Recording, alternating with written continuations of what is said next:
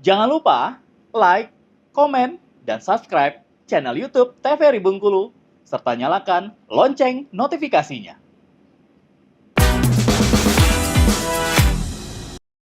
Balik lagi di Opini, obrolan pas di sini. Nah, pemirsa masih bersama dengan Mbak Mona di sini. Ya aku yang sangat semangat sih sebenarnya mau tahu gimana radio, bagaimana perkembangannya, suasana waktu itu. Karena kayak kesempatan langka juga bisa ngobrol langsung bersama dengan penyiar senior ini. Pasti jadwalnya padat ini. Mbak, tadi kan kita bahas tentang gimana sih akhirnya Mbak memutuskan untuk menjadi MC juga. Waktu itu menjadi MC seminar nasional. MC itu moderator waktu itu, Mbak? MC. Oh, MC. Karena kalau pasti moderatornya dosen ya. Iya. Tapi ada menteri loh. Oh, waktu itu ada menterinya. Ada menteri Waktu itu kehutanan. masih jadi mahasiswa atau udah tamat? Mahasiswa. Oh, masih jadi mahasiswa. Jadi pengalaman pertama waktu itu. Enggak, bukan. Dalam ranah tapi dalam seriusnya ranah kali ya? seriusnya, iya. Seperti itu. Jadi itu kan kita langsung dipanggil rektor lah waktu itu. Berarti rektornya udah tahu, Enggak, pasti dari fakultasnya dulu dong, nggak mungkin dong. Oh, iya. Siapa tahu udah di notice Iya, gitu ya. dari kebetulan waktu itu wareknya dosen saya waktu itu berpermakan, kalau nggak salah, seingat aku, mungkin mereka sudah kenal. Jadi itulah kalau kita punya kelebihan gitu kan, pintar-pintar juga enggak. Nggak percaya. Masih itu ada kelebihan lain, jadi kita dinotis sama dosen tersebut. Sampai saya dapat beasiswa juga dari dosen tersebut, dari dosen dari mana, karena kenal gitu-gitu kan. Kamu belum tamat ya? Belum. Saya ingat banget perkataan dosen itu. Belum Pak, bilangnya gitu. Ya udah tuh ada beasiswa tuh, kamu ambil ya, bilang gitu. Terus dapat kan, keluarlah nama, Pak, thank you ya. Iya, Bapak mau apa Pak? Misalnya gitu-gitu. Enggak, kamu kirim salam aja ya. Aduh, gampang Pak.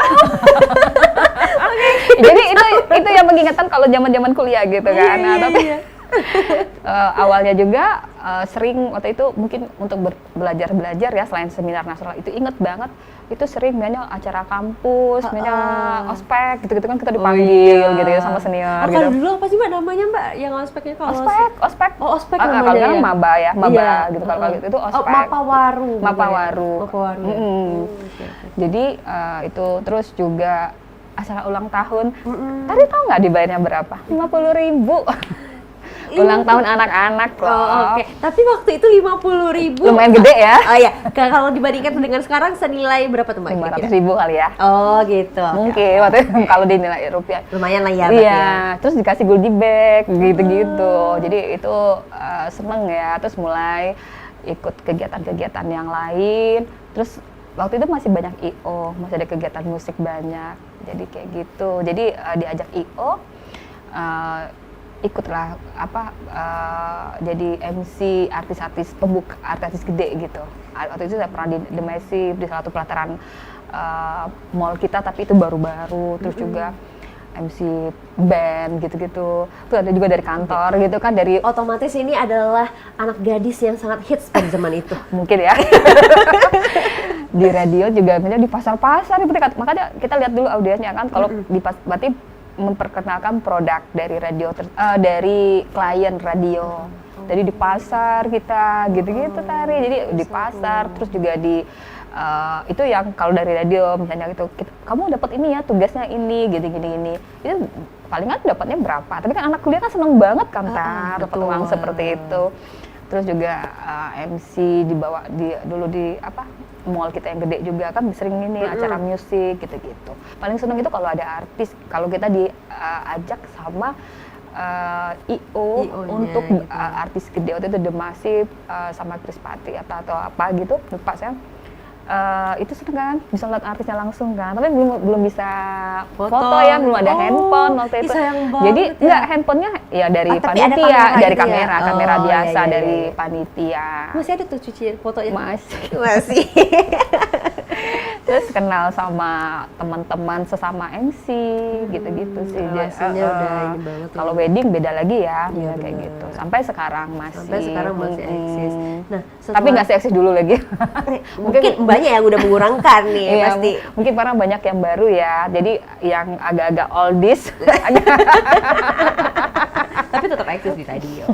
Nah, ini berarti setelah kuliah aktif juga, baru itu ikatan itu ya, ikutan IPSA berarti waktu itu? Kalau IPSA saya baru tergabung di akhir tahun 2023. Oh, baru tergabung di tahun 2023. Iya, Itu bisa akhir. bergabung kenapa akhirnya? Kebetulan kenal ya Oh, oke. sama ibu ketuanya. Terus ya udah kalau udah bergabung. Jadi 2024 baru masuk gitu.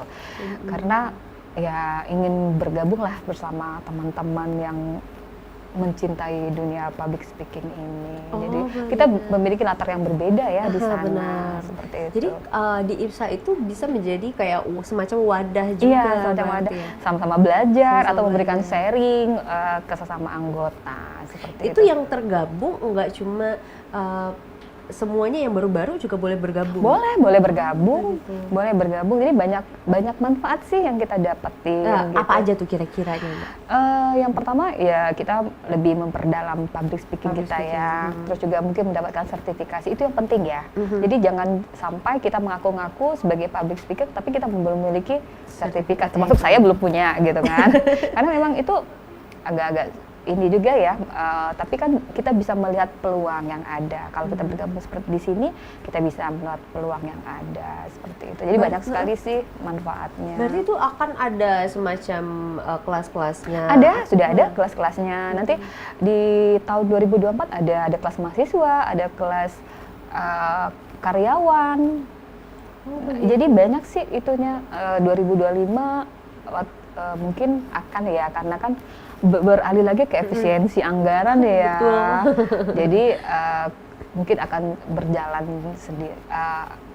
Mungkin masih dalam perencanaan. Perencanaan, mungkin perencanaannya 2024 kemarin sudah fix, tapi kan terjadi perubahan gitu kan, jadi harus Perlu ini, penyesuaian lagi gitu. Nah, ini kalau misalnya ada yang mau bergabung nih ke IPSA, Mbak, gimana sih caranya, Mbak? Mungkin bisa langsung menghubungi sekretariatnya ya, atau sekretarisnya langsung untuk mencoba bergabung seperti Apa-apa itu. aja itu syaratnya Iya, bisa ditanyakan apa langsung saja gitu ya. syaratnya untuk bergabung. Sebenarnya semuanya banyak sih yang umurnya ada yang ya bervariasi lah gitu, seperti itu. Jadi bukan hanya yang memiliki anak-anak muda, tapi Iya, semua. iya. Jadi Semuanya. Mbak pun masih sering juga berkumpul gitu ya berarti ya? iya sering.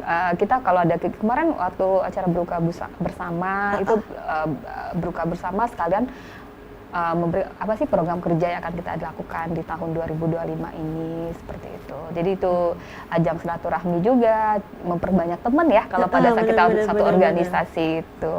Jadi kayak enak aja ya bisa sharing. Bisa dengan sharing hal-hal. atau bagi job gitu ya, bukan? Bagi-bagi job gitu kan? Bagi-bagi job. Iya, sebetulnya kan kebanyakan job nih. Oper lah ke teman seorganisasi. Bisa jadi kan. Seru ya Mbak Iya. ya. Tapi kalau Mbak nih sekarang ngelihat dunia public speaking pada era awal-awal Mbak merintis sampai dengan sekarang, itu apa aja nih perubahan-perubahan yang Mbak lihat? Mungkin hal-hal yang harus kami sebagai yang baru ini perhatikan juga dunia public speaking itu apa-apa aja? Sebenarnya yang harus lebih diperhatikan itu adalah melihat kondisi ya. Melihat kondisi. Kita harus bicara melihat kondisi pada saat kita menjadi public speaking, menjadi speaker ya, Menjadi pembicara. Apa seperti tadi Tari bilang, apa jadi MC atau pemberi materi, atau kita melihat kita dari segi apanya dulu. Jadi seperti itu. Terus juga kosakata yang kita miliki juga harus banyak seperti itu, harus benar, gitu ya. harus banyak dan benar pada saat kita penyampaian. Nah ini menggunakan bahasa Indonesia yang baik, namanya bukan yang EYD yang kaku banget ya, tapi ada kata-kata yang memang harus kita rangkai. Jadi itu yang harus kita perbanyak. Terus juga kalau intinya kan sih, kalau saya pada saat mau menjadi apapun pada dunia di public speaking ini, yang pertama memang harus percaya diri, harus pede dulu, dan juga setidak-tidaknya belajar dulu nih. Saya harus mau jadi berbicara di sini di podcast ini juga harus belajar dulu. Nanti tadinya jawabnya apa nih? Nah, pertanyaannya apa? Saya harus jawab apa? Seperti itu. Meskipun memang mengalir ya, tapi setidak-tidaknya kita mengetahui dulu. Nanti ini seperti apa kira-kira seperti gitu apa ya. gitu. Jadi jangan kosong-kosong banget nih, tambah ngelantur nih nanti ngomong. Jadi memang harus tetap belajar, terus juga apa sih yang menjadi tema kita nanti. Seperti itu.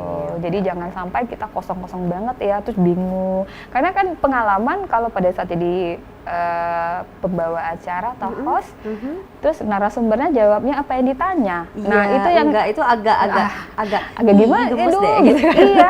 Aduh gimana? Apalagi ya? Kadang-kadang kan udah habis nih pertanyaannya karena dijawabnya langsung kan. Bener. Muter otak, kita harus memutar otak. Apa sih yang lagi yang harus kita tanyakan? Itu sih yang jadi agak-agak gimana ya, tapi itulah namanya kita perlu wawasan yang tinggi. Nah pada saat kita menjadi host, kita harus mengetahui nih, oh nanti siapa nih pemateri kita, tentang apa, supaya kita nggak kosong-kosong banget. Yang pasti pada saat pengantar, karena pada saat jadi host semuanya harus bisa ya, religi gitu kan. Tentang budaya harus semuanya bisa. Nanti tiba-tiba dari bagian hukum misalnya gitu harus berubah, terus nanti dari dunia pendidikan harus berubah juga, harus belajar. Baik Mbak, sekarang kita jeda dulu, nanti lanjutkan lagi ya Mbak ya. Untuk pemirsa jangan kemana-mana, tetaplah bersama kami di Opini Obrolan Pas di sini.